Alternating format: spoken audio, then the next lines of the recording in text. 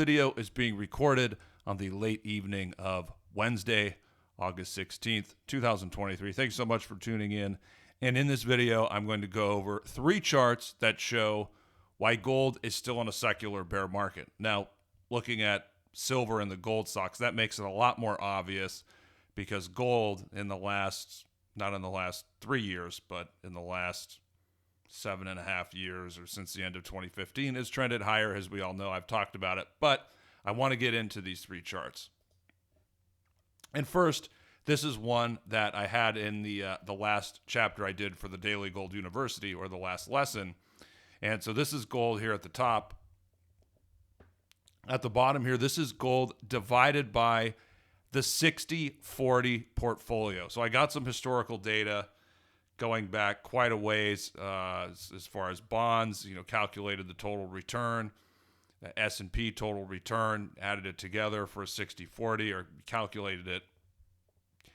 And so this is gold divided by that.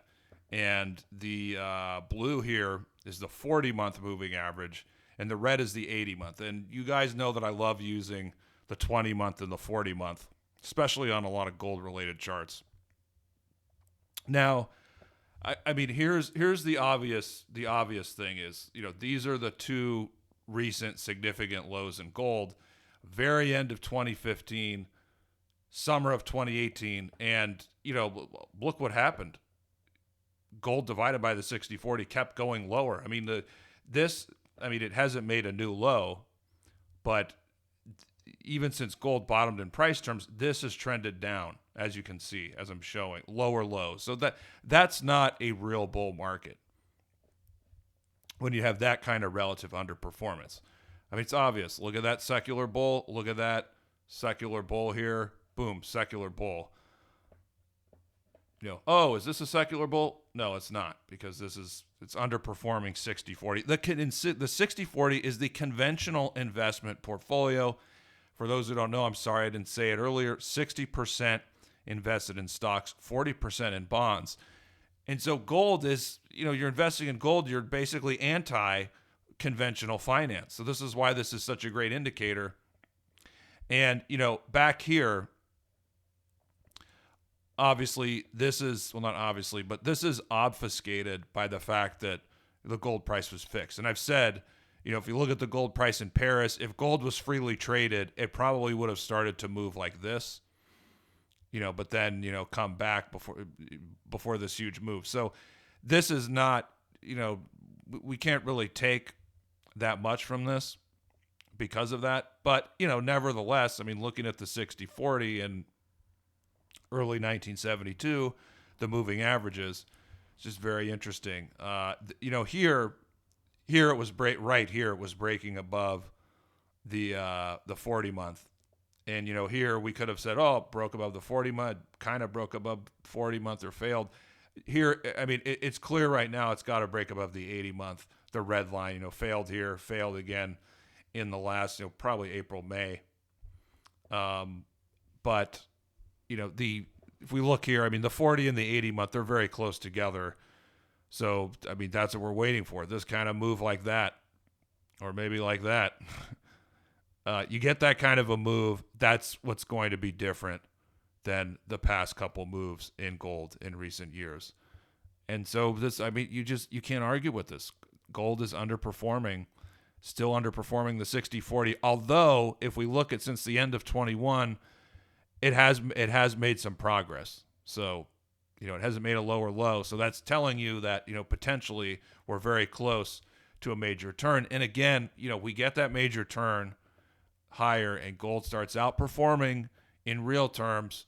Boom. That's what you're going to see. But it's not going to happen in the next month or two. Probably not this year, unfortunately. Now that's enough. Let's get into chart number 2. This is from topdowncharts.com, at Callum Thomas on Twitter. He publishes some great charts like that. I follow him. Give him a follow. Now, this chart is as of April. So, April, May timeframe, gold was at a peak. So, the ratio of capital in gold ETFs divided by all ETFs, That's probably come back like this. If we're looking at it right now, it's probably close to 1%. But why is gold in a secular bear? Because when we see the update on this, it's probably pretty close to this. It's probably pretty close to the 18 low, and that's not a secular bull. Even though it looked like here we were having the start of a secular bull, I certainly thought so. But it's the last 3 years, it's just come back way too much. So again, basically no, there's no net progress. And this is when the ETF was introduced. So it's kind of hard to base a lot on this. I mean, I think this is it helpful. This is informative. So my point here is you can't really compare this to this, just because the ETF was so new, GLD and the other gold ETFs. But, back to the point, this is, it's gone sideways. Or you could say, I mean, it's gone down since 2012. That's, over a decade. And again, I think when this gets updated, I wouldn't be surprised if it's come back down. Maybe it's not quite here, but I think it's probably here. So that's the second chart. All right, final chart here. Just saw this in, I don't know how to pronounce their name, and to be honest, I forget what it is. So I apologize to those guys. Just saw this today. So this is U.S. Treasury gold holdings divided by the federal monetary base. I'm not sure how they're calculating this. I mean, I have a gold against the monetary base chart, where if you look at the value that the U.S. gold is, then you divide it by the monetary base. Well, maybe it's the same thing. I'm just a little unsure about these percentages, but the graph, this looks right to me, and there's a couple more type charts like this where you see this kind of thing here, in the last 15, 20 years. But